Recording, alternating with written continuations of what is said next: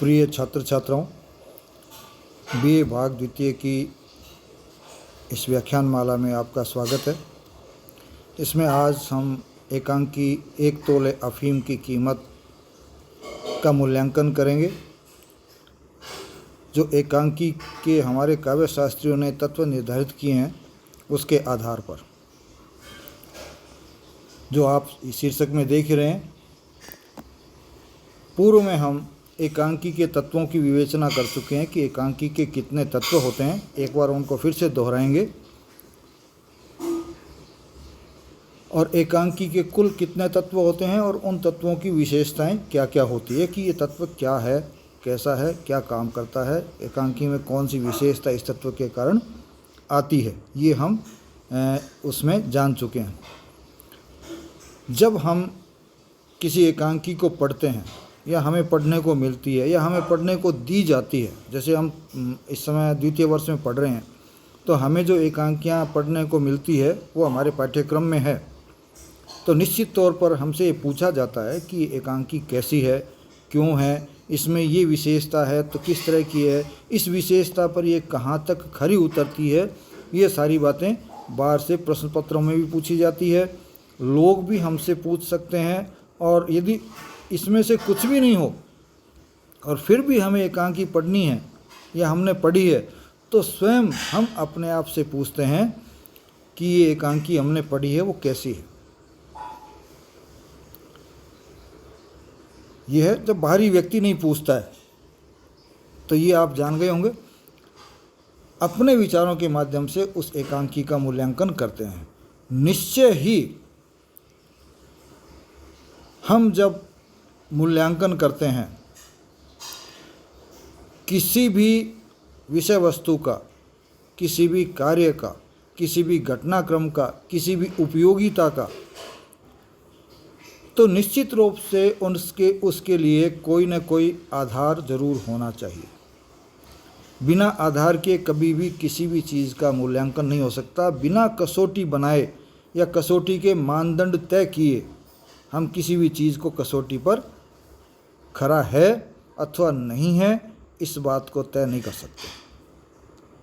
और यह आधार विद्वानों द्वारा, आचार्यों द्वारा, जो उन्होंने एकांकी के तत्व तय किए हैं, उसके आधार पर हम कर सकते हैं। तो यहाँ एकांकी की कसौटी के आधार क्या रहेंगे, एकांकी के मूल्यांकन के आधार क्या रहेंगे। यहाँ आधार वो तत्व रहेंगे जो कि हमारे विभिन्न आचार्यों द्वारा प्राचीन काल से लेके और अब तक हमारे सामने लाए गए हैं। अब एक बात ये है कि कौन से तत्वों की कसौटी पर हम अपनी इस एकांकी को कसें या उनका मूल्यांकन करें। तो यहाँ जो बात निकल कर के आती है वो ये है कि अनेक विद्वानों ने अपने अपने दृष्टिकोण से एकांकियों को देखा और उन एकांकियों के लिए तय किया कि एकांकी में कौन कौन सी विशेषताएं होनी चाहिए जिनके बगैर एकांकी संभव नहीं है। अर्थात वो विशेषताएं तो होनी चाहिए जिसके आधार पर कि हम उसको एकांकी कह सकें। ये बात आपके स्पष्ट हो गई होगी। तो हर विद्वान, हर विचारक का दृष्टिकोण अलग था। अपने दृष्टिकोण से देखने पर उसको उस एकांकी में कुछ तत्व दिखाई दिए, कुछ को वो 2 दिखाई दिए, कुछ को वो 4 दिखाई दिए, कुछ को वो 6 दिखाई दिए।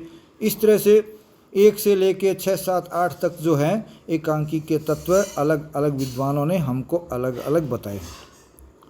हमने उन सब का अध्ययन किया और उन अध्ययनों के आधार पे हम ये निकाल सकते हैं, ये बता सकते हैं, ये समझ सकते हैं और हम तय कर सकते हैं कि एकांकियों के सर्वमान्य सामान्य मूल्य कौन से हैं, या संतुलित रूप से देखते हम पाएं तो एकांकी के तत्व कौन कौन से होंगे, वो हम यहाँ तय करके और उसकी कसौटी पर एकांकी को इस एकांकी को, जिसका नाम की 1 तोले अफीम की कीमत है, उसका मूल्यांकन करेंगे। तो इसके अंतर्गत हमने यहाँ देखे हैं कि कितने तत्व हम मान सकते हैं जिसके आधार पर कि हम एकांकी का मूल्यांकन कर सकते हैं। पहला तत्व है कथावस्तु या कथानक। पहला कथावस्तु या कथानक। यहाँ हम ये विवरण नहीं करेंगे कि कथावस्तु क्या होती है और कथानक क्या होती है, क्योंकि ये हम पहले जान चुके हैं। दूसरा जो तत्व है वो है पात्र एवं चरित्र चित्रण। पात्र कैसे हैं, उनका चरित्र कैसा। तीसरी जो बात हम लेंगे वो होगी कथोपकथन या संवाद, अर्थात जो पात्र हैं उनके बीच में संवाद या बातचीत किस तरह से हुई है।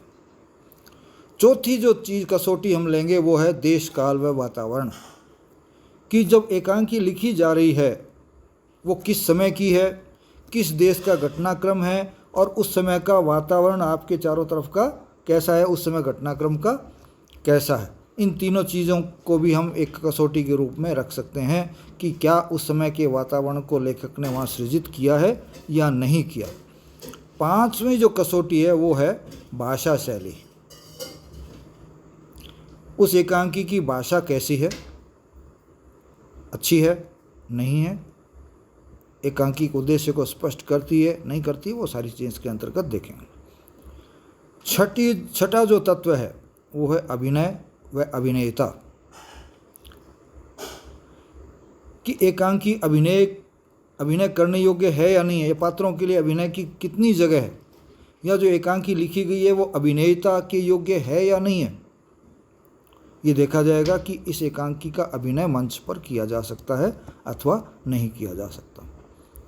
सातवां जो तत्व है एकांकी का वो है रस भाव। साहित्य की कोई भी रचना हो उसमें रस है या नहीं, भाव है या नहीं है, तो किस तरह का रस उत्पन्न हो रहा है, हो भी रहा है या नहीं भी हो रहा, वो पाठक को उस रस का उद्रेक कर रहा है या नहीं कर रहा, ये सारी चीज़ें इसमें देखी जाएगी। फिर जो नवा तत्व है वो है अंतर्द्वंद्व। कोई भी एकांकी हो या कोई भी साहित्यिक रचना हो, कोई समस्या को लेकर चलती है, कोई उद्देश्य को लेकर के चलती है, तो उसमें उस उद्देश्य तक पहुंचने के बीच में मनुष्य में या उन घटनाओं में बहुत से द्वंद्व आते हैं। मनुष्य के मन में भी द्वंद्व आते हैं, जिसे हम अंतर्द्वंद्व कह सकते हैं, या दो पात्रों के बीच में द्वंद्व कह सकते हैं। तो वो अंतर्द्वंद्व उस एकांकी में है या नहीं। 10वां जो तत्व है वो है उद्देश्य। हम सब जानते हैं कि साहित्यिक रचना कोई भी हो, कोई न कोई उद्देश्य को लेकर के रखी जाती है। तो इस एकांकी का उद्देश्य है या नहीं है, तो किस तरह का है, कोई बड़ी घटनाक्रम को बड़े उद्देश्य को लेकर के चल रहा है या नहीं है, वो सब हम देखेंगे। और 11वां तत्व निकल कर के आता है वो है शीर्षक। ये हालांकि सबसे पहले हमको लेना चाहिए, लेकिन मैं लिखते समय इसको सबसे अंत में ले रहा हूँ, क्योंकि उद्देश्य और शीर्षक सबसे पहले, उद्देश्य सबसे अंत में, इसलिए मैंने दोनों को साथ साथ यहाँ लिया है। कोई भी चीज़ यदि हम अपने हाथ में लेते हैं, पढ़ते हैं या देखते हैं, या कोई विज्ञापन आता है, तो हमारा ध्यान खींचने के लिए उसका शीर्षक क्या है वो हमारे लिए काफ़ी महत्वपूर्ण हो जाता है। यदि शीर्षक आकर्षक है तो हम पढ़ने के लिए उसकी तरफ आकर्षित होंगे। यदि शीर्षक में दम नहीं है तो वह एकांकी की तरफ ध्यान नहीं जाएगा। अंदर से कितनी अच्छी चीज़ें जब पढ़ने ही नहीं लगेंगे, जब पढ़ेंगे ही नहीं, तो अच्छी है या बुरी वो सवाल कहाँ उठता है, वो तो तब उठेगा ना जब हम पढ़ेंगे। तो ये 11 तत्व जो मेरे अध्ययन के द्वारा मेरे सामने आए हैं वो आप सबके सामने भी मैंने रख दिए हैं। तो सबसे पहला जो है वो लेते हैं कथावस्तु या कथानक। अब यहाँ मैं सार नहीं बताऊंगा इसका, क्योंकि वो हम पहले देख चुके हैं। कथावस्तु या कथानक के 3 चरण प्रमुख होते हैं: प्रारंभ, विकास और उतार या अंत। इन तीनों की कसौटी पर ये एकांकी पूरी तरह खरी उतरती है। इसका प्रारंभ जिस तरह से किया गया इस एकांकी का, मुरारी और रामदीन की बात से किया गया है, जिसमें जिस उद्देश्य को लेकर के मुरारी चलना चाहता है, आगे बढ़ना चाहता है, सीधा उसी पर बातचीत शुरू होती है। पहले उसको वहाँ से भेजने की कोशिश होती है रामदीन को, फिर विवाह की चर्चा चलती है, और फिर विवाह इस तरह से कर लिया, क्यों कर लिया, उस पर भी चर्चा चलती है। और ये भी बात आ जाती है कि भाई मैं तो ऐसी शादी नहीं कर सकता। तो शादी की बात के माध्यम से, रामदीन के माध्यम से और मुरारी मोहन के माध्यम से कथानक बहुत ही सही तरीके से प्रारंभ होता है और विकास की गति को पकड़ लेता है।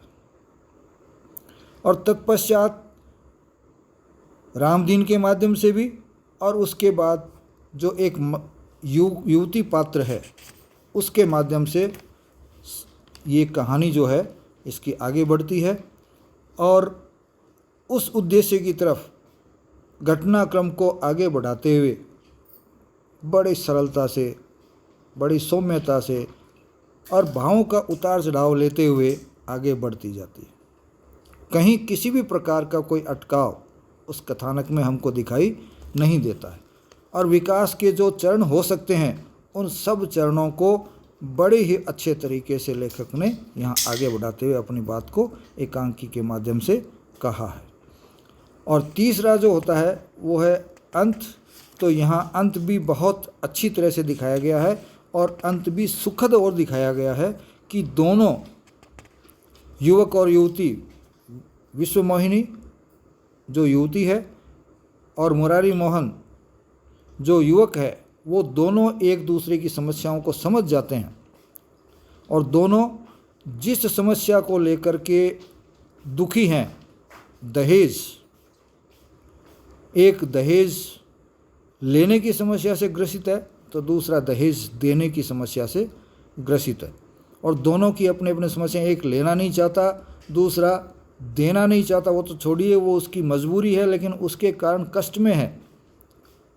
वो सारी बातें इनके माध्यम से सामने आती है, और इन दोनों का आपस में संवाद होता है, और उस संवाद के माध्यम से वो स्पष्ट हो जाते हैं, और अंत में एक दूसरे को जानते हुए, अपनी परिस्थितियों को जानते हुए वो समझ जाते हैं कि हम यदि एक दूसरे से विवाह कर लेते हैं तो हमारी ये समस्या खत्म हो जाएगी, और हो सकता है हमारे माता पिता भी इस बात के लिए राजी हो जाएं, क्योंकि माता पिता भी परिचित होते हैं। और समापन जिस तरह से करते हैं, जितने आदर्श तरीके से करते हैं, जब पैसे की लेन देन की बात होती है, गोली के, अफीम की गोली के, तो कहता है कि मेरे को तो तुम मिल गई हो, तो मेरे को मेरी गोली की कीमत वसूल हो गई है, और ये एकांकी वहीं पर समाप्त हो जाती है। तो जो संदेश देना है वो संदेश देने में पूरी तरह से कामयाब रही है कि दहेज एक बहुत बुरी। चलिए इसको हम आगे और स्पष्ट नहीं करेंगे क्योंकि दूसरे आगे बिंदु हैं, उन पर चलते हैं। पात्र एवं चरित्र चित्रण।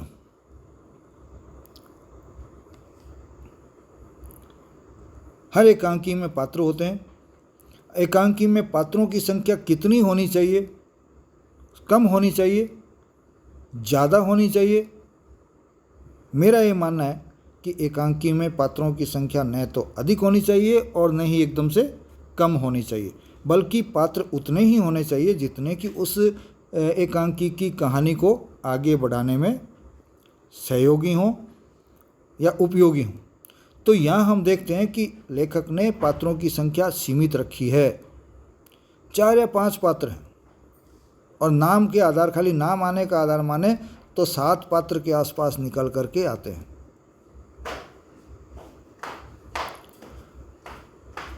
और हर पात्र तो संख्या के हिसाब से ठीक है, और हर पात्र अपनी भूमिका को पूरी तरह से निर्वहन करता है।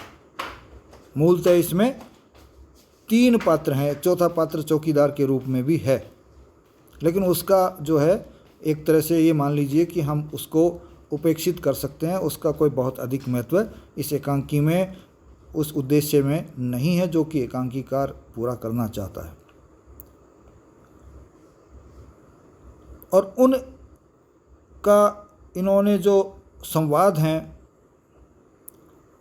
उन संवादों के माध्यम से जो गतिविधियां दिखाई है, उनके माध्यम से उन पात्रों का चरित्र पूरी तरह से निखर करके सामने आ जाता है। हमारे सामने पूरी तरह से स्पष्ट हो जाता है कि वो पात्र कैसा है।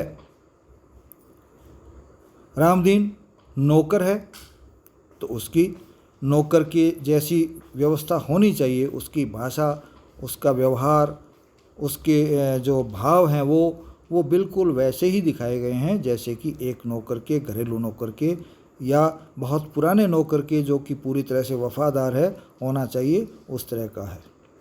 तो यहाँ रामदीन को वफादार नौकर जो अपना काम करने में पूरी लगन रखता हो, इस तरह का दिखाया गया। थोड़ी बहुत समझदारी भी है और उसके साथ साथ अपने कर्तव्य का निर्वहन भी वो अच्छे ढंग से करता है। दूसरे मुरारी हैं, तो मुरारी एक पढ़े लिखे व्यक्ति के रूप में हमारे सामने आता है। पढ़ा लिखा नवयुवक है, वो समझदार भी है, उसके संवाद जो हैं वो भी इस तरह से हैं कि उसकी योग्यता को हमारे सामने स्पष्ट करते हैं और समस्याओं को समझने वाला है, सहयोग करने वाला है। तो इस पात्र की जो कि आवश्यकता थी इस एकांकी को आगे बढ़ाने के लिए, उसी तरह का इसका चरित्र चित्रण इसमें किया गया है। और तीसरा है विश्वमोहिनी, एक सुलझी हुई युवती जो अपने घर वालों की समस्याओं को समझती है और परिस्थितियों के वशीभूत है, लेकिन जैसे ही परिस्थितियां उसके नियंत्रण में आती दिखती है, उसकी समझदारी वापस आ जाती है, बीच में खोती है। भाई आत्महत्या का निर्णय करना तो समझदारी की बात हम नहीं मान सकते,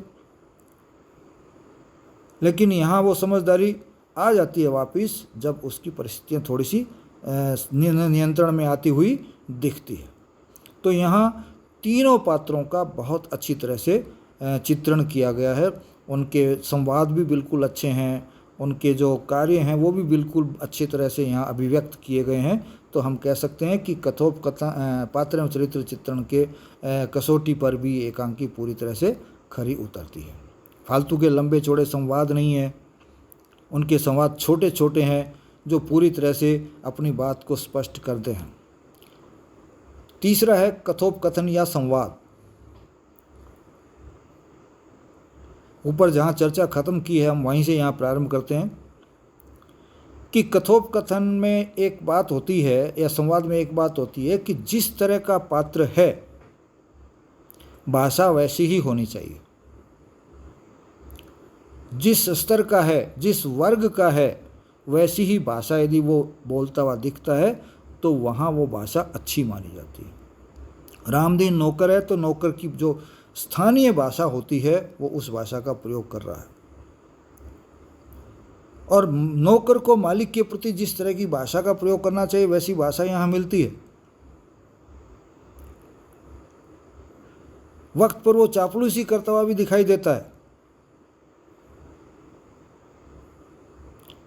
और दूसरी चीज़ जो निकल कर के आती है इस बात के अलावा कि संवाद जैसा व्यक्ति है वैसा ही, उसके अलावा कहानी एकांकी की किस समय की है, किस स्थान की है, वो भाषा भी प्रयुक्त हो तो वो बेहतर होती है। और ये दोनों काम इस एकांकी में बड़े अच्छे तरह से किए गए हैं। तो हम कह सकते हैं कथोपकथन और संवाद दोनों की दृष्टि से, या दोनों एक ही मान लीजिए, यह एकांकी पूरी तरह से सही उतरती है, क्योंकि इसमें संवाद छोटे छोटे हैं, कठिन शब्दों का प्रयोग नहीं है। जहाँ अंग्रेजी शब्दों की प्रयोग की आवश्यकता है वहाँ इंग्लिश शब्दों का प्रयोग किया गया है। जहाँ स्थानीय शब्दों की आवश्यकता है, स्थानीय वाक्यों की आवश्यकता है, वहाँ स्थानीय शब्द और वाक्य प्रयुक्त किए गए हैं। तो हम कह सकते हैं कि एकांकी इस कसौटी पर भी खरी उतरती है। पांचवा है भाषा शैली।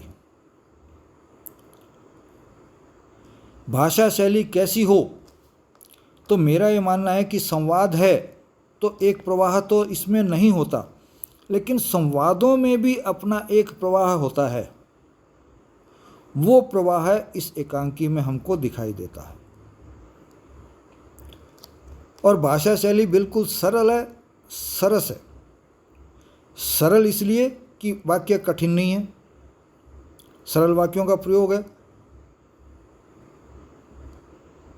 सामासिक भी नहीं कह सकते, तो हम इसको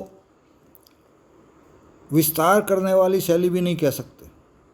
तो मिश्रित शैली का प्रयोग यहाँ किया गया है और आवश्यकता हुई उतना ही बड़ा वाक्य या विस्तार पूर्वक कोई बात कही गई है।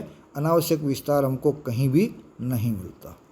यदि थोड़ा बहुत विस्तार कहीं दिखाई देता है तो एक जगह दिखाई देता है, जो कि मुरारी मोहन एक तो अपने मन में सोचता है, या दूसरा लेखक मंचन के लिए जो निर्देश देता है वहाँ थोड़ा सा विस्तार है। बाकी छोटे छोटे वाक्य या पद यहाँ इसमें दिए गए हैं या संवाद दिए गए हैं। तो भाषा शैली सरल और सरस है, प्रवाहमयी है, इसमें कोई दो राय नहीं। अभिनय व अभिनेता। किसी एकांकी की सफलता तभी मानी जाती है जब उस पे अभिनय करने वाले लोग अच्छा अभिनय कर सकें और वह अभिनय योग्य हो या वह अभिनय हो एकांकी। तो यहाँ हालांकि भीतरी अंतर्द्वंद्व दिखाया गया है, व्यक्ति स्वयं से बात करता हुआ भी दिखाया गया है, लेकिन उसके बावजूद इस एकांकी का मंचन किया जाना संभव है, हालांकि थोड़ा कठिन है। जैसे विश्व मोहन मन में सोच रहा होता है, उस बात का मंचन करना थोड़ा कठिन है। लेकिन जैसा कि आजकल नाटकों में, सीरियल्स में, टीवी के दिखाते हैं, आवाज़ बैकग्राउंड से आ सकती है और हाव भाव मुरारी अपने चेहरे से वहाँ दिखा देता है, तो इसका मंचन किया जा सकता है, हालांकि थोड़ा सा कठिन है। तो हम देखेंगे अभिनय व अभिनेता के लिहाज से भी ये एकांकी अच्छी है। रस भाव।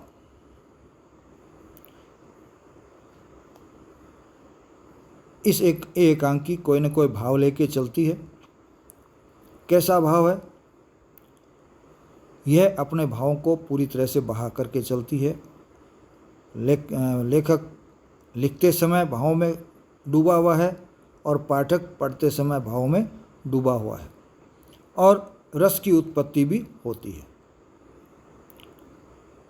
इसमें श्रृंगार भी है, अंत तो श्रृंगार से ही होता है, और हम जानते हैं रसों का राजा श्रृंगार है। इसके अलावा भय भी कहीं कहीं है, कहीं कहीं क्रोध भी है, कहीं कहीं जुगुप्सा भी है। तो ये सारे जो तत्व हैं, भाव भी हैं, वो इसके साथ जुड़े हुए हैं। तो ये एकांकी भावों और रस के साथ चलती, रसों का उद्रेक करती है और एकांकीकार या पाठकों को उस रस में डुबो देती है। तो इसलिए ये रस भाव के आधार पर भी ये कहानी सही मानी जा सकती है। अगला है संकलन त्रय। हम ये देख चुके हैं कि संकलन त्रय में क्या होता है। समय, कार्य और स्थान। हम ऊपर मैंने चर्चा नहीं की थी इस बात की कि एकांकी न तो बड़ी है न छोटी है। कथा वस्तु के अंतर्गत हम ले सकते थे, लेकिन वहाँ मैंने नहीं लिया, और आप यदि लेते हो तो ऊपर भी साथ में ले लेना। लेकिन यहाँ इस पर चर्चा करना था, इसलिए मैं वहाँ बोला नहीं। लिखते समय आप लिख सकते हो कि एकांकी का समय इतना हो कि जितना समय हमारे पास उपलब्ध है, एकांकीकार के पास भी और पाठकों या दर्शकों के पास भी, और उस जगह के आधार पर कि हमको जगह मान लो 1 घंटे के लिए मिली है, तो वो एकांकी 1 घंटे में अभिनीत की जा सके, तो हमें समय का ध्यान रखना है, और ये एकांकी इस समय की कसौटी पर खरी उतरती है। दूसरा है स्थान, कि हमारे पास एकांकी के मंचन के लिए स्थान कैसा उपलब्ध है, या उस एकांकी में कोई ऐसे कार्य तो नहीं है जो वहाँ मंचित किए जाने संभव नहीं हो। अब जैसे हनुमान जी को उड़ता हुआ दिखाना है और उस मंच पे हनुमान जी को उड़ते हुए दिखाने की कोई व्यवस्था नहीं है, तो फिर वो एकांकी सही नहीं मानी जा सकती। तो इस एकांकी में ऐसी कोई गतिविधि नहीं है जो कि एक सामान्यतः मंच पर नहीं की जा सकती हो। तो मंच पे आसानी से इसका अभिनय किया जा सकता है। तो समय हो गया, स्थान हो गया, तीसरा बचता है कार्य। तो कार्य ऐसा होना चाहिए जो समय हमको उपलब्ध है, जो स्थान हमको उपलब्ध है, वहाँ किया जाना संभव हो।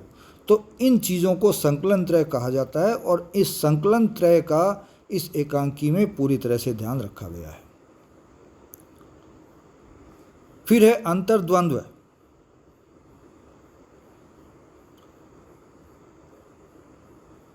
अंतर्द्वंद्व भीतरी द्वंद्व के लिए कहते हैं, लेकिन हम यहाँ दो पात्रों के बीच में भी द्वंद्व देख सकते हैं। द्वंद्व है, पात्रों के बीच में है, पिता और बेटे के बीच में है, बेटी के खुद के मन में द्वंद्व है, बेटे के खुद के मन में द्वंद्व है, और जहाँ द्वंद्व होना चाहिए कुछ जगह वहाँ नहीं है, क्योंकि वो पात्र यदि द्वंद्व युक्त दिखा देते तो ये कहानी ये एकांकी बनती नहीं है, हमारे बीच में समस्या ही पैदा नहीं होती। जैसे पिता के मन में कोई द्वंद्व नहीं है, दोनों के पिता, एक मजबूर है इसलिए द्वंद्व नहीं है और दूसरा लालची है इसलिए कोई द्वंद्व नहीं, एक दहेज लेने के लिए पूरी तरह से तत्पर है। तो द्वंद्व इस अंतर्द्वंद्व भीतरी भी और बाहरी भी, दोनों तरह का द्वंद्व इस एकांकी में हमको पात्रों के बीच में दिखाई देता है। उन घटनाओं का वर्णन जब आप पढ़ेंगे या लिखते समय कर दीजिएगा। फिर है उद्देश्य।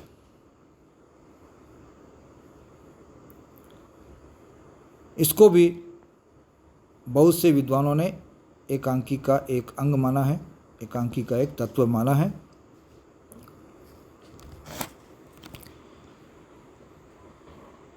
और हम जानते हैं कि प्रत्येक एकांकी किसी न किसी उद्देश्य को लेकर के चलती है। यदि उद्देश्य लेकर के नहीं चलती है तो वो एकांकी या तो एकांकी नहीं है या निम्न स्तरीय एकांकी है। चलो उद्देश्य लेकर के चलती है तो फिर सवाल उठता है कि वो उद्देश्य कैसा है, क्या वाकई में समाज के लिए उपयोगी उद्देश्य है, उद्देश्य कोई महान उद्देश्य है, कोई सामान्य उद्देश्य है या निम्न श्रेणी का उद्देश्य है। उस आधार पर हम एकांकी का उद्देश्य तय कर सकते हैं और ये कह सकते हैं कि एकांकी एक अच्छे उद्देश्य को लेकर के चलती है। तब देखिए इस एकांकी का उद्देश्य है कि समाज में फैली एक कुप्रथा, दहेज रूपी एक कुप्रथा, उसको लेकर के चलती है। उसको सामने लाने का प्रयास किया जाता है कि कितनी बुरी है, उसकी बुराइयां हमारे सामने लाई जाती है कि यहाँ तक कि युवक युवती को मरने तक के लिए मजबूर होना पड़ता है। मरे नहीं, सोच में तो आई गई थी, ये तो परिस्थितियां बदल गई। लेकिन इसके साथ साथ इसका हल भी लेखक ने दिखाया है कि युवक युवती यदि समझदारी दिखाए तो वो अपने बुजुर्गों को, जो कि नासमझी मान लीजिए या उनके पुरातन विचार मान लीजिए या कहीं लालच इसमें आता है तो लालच मान लीजिए, उसके सामने उनको समर्पण नहीं करना चाहिए। ये दर्शाते हुए हमको इसका एक बचने का, इससे एक मार्ग भी दिखाया है।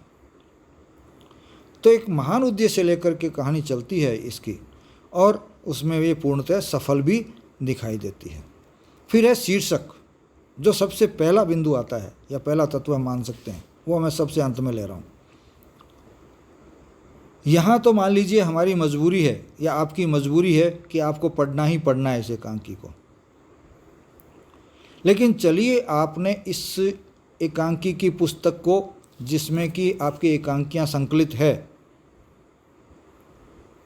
आप खोलते हैं तो सबसे पहले किस एकांकी को पढ़ेंगे? यदि आपकी पढ़ने में थोड़ी बहुत रुचि है, हालांकि मैं नहीं समझता कि आजकल के विद्यार्थियों को कोई बहुत ज़्यादा साहित्यिक रचनाएं पढ़ने की रुचि होगी, लेकिन फिर भी काफ़ी बच्चों में है और नहीं है तो पैदा कीजिए, ये आवश्यकता है आज की हमारी।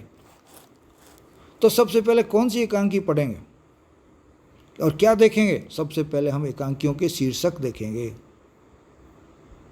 या तो जहाँ क्रमणिका है, सारणी है, वहाँ इंडेक्स है, वहाँ देखेंगे, या फिर यदि क्रमणिका नहीं दी गई है, सारणी नहीं दी गई है या इंडेक्स नहीं दी गई है, तो वहाँ पन्ने पलट पलट करके देखेंगे। भीतर का क्या लिखा हुआ है वो हम नहीं देखेंगे, और उस एकांकी पर हमारी नज़रें सबसे पहले जाएगी जिसका कि शीर्षक हमको अच्छा लगे। तो शीर्षक अच्छा लगने के लिए भी कुछ चीज़ें कि शीर्षक न तो बहुत बड़ा हो न बहुत छोटा हो, तो यहाँ न बड़ा है न छोटा है।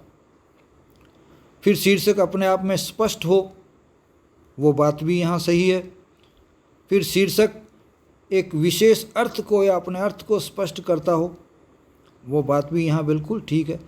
फिर अपनी तरफ आकर्षित करता हो, मन में एक पढ़ते ही उत्कंठा पैदा कर देता हो, वो भी इसमें है। 1 तोले अफीम की कीमत पढ़ते ही हमारे कान खड़े हो जाते हैं, अरे अफीम तो एक नशीली चीज़ है, और लेखक 1 तोले अफीम की कीमत कितनी बता रहा होगा, क्यों बता रहा होगा। हम तुरंत इस एकांकी को पढ़ने के लिए बाध्य हो जाते हैं। तो इस एकांकी का शीर्षक भी बहुत उचित है। तो इस तरह से हम देखते हैं कि ये सब जो विभिन्न तत्व विद्वानों ने अपने विचारों में व्यक्त करते समय हमारे सामने रखे थे, हालांकि इनकी संख्या अलग अलग हो सकती है। हमने 11 तत्व लिए हैं, किसी ने 8 बताए, किसी ने 7 बताए, किसी ने 2 ही बताए हैं, 11 किसी ने नहीं बताए, लेकिन हम उन सब को मिलाकर के इन तत्वों को रख रहे हैं। तो हमने तत्वों की संख्या 11 मान ली है और 11 के आधार पर इसकी विवेचना भी कर ली है। तो उनके नाम व संख्या अलग अलग हो सकती है, लेकिन हमने अपने आधार पर इसकी संख्या तय कर ली और उसी पर हमने चर्चा की और उन्हीं के ऊपर तत्वों पर एकांकी की हमने विवेचना की, उसका मूल्यांकन किया। अब हम निष्कर्ष क्या निकाल सकते हैं, वो एक मुख्य बात होती है, वो भी मैंने यहाँ आपको बताया है अच्छी तरह से कि ऊपर हमने एकांकी 1 तोले अफीम की कीमत का विवेचन काव्य शास्त्रीय तत्वों के आधार पर किया है, और चर्चा करते समय मैंने बताया कि ये एकांकी जो एकांकी के तत्व निर्धारित किए गए हैं उनकी कसौटी पर जब इसको कसते हैं तो उस कसौटी पर पूरी तरह से खरी उतरती है। अब वो कसौटी चाहे हमने तत्वों के रूप में ली है, चाहे कथावस्तु की हो, चाहे पात्रों की हो, चाहे संवादों की हो, चाहे संकलन त्रय की हो, चाहे द्वंद्व की हो, चाहे संवादों की हो, या चाहे अपने जो संकलन त्रय है उसकी हो, या भाषा की हो, उन सब पर खरी उतरती है। और इन सब के माध्यम से एकांकी का एक स्पष्ट स्वरूप निखर करके उभर करके हमारे सामने आता है।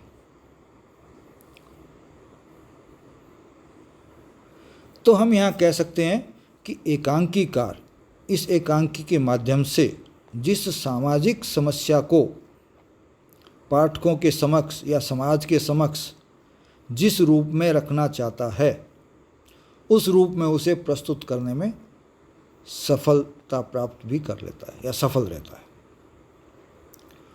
और वह उस समस्या का या उस कुप्रथा का जो इसमें क्या है दहेज है,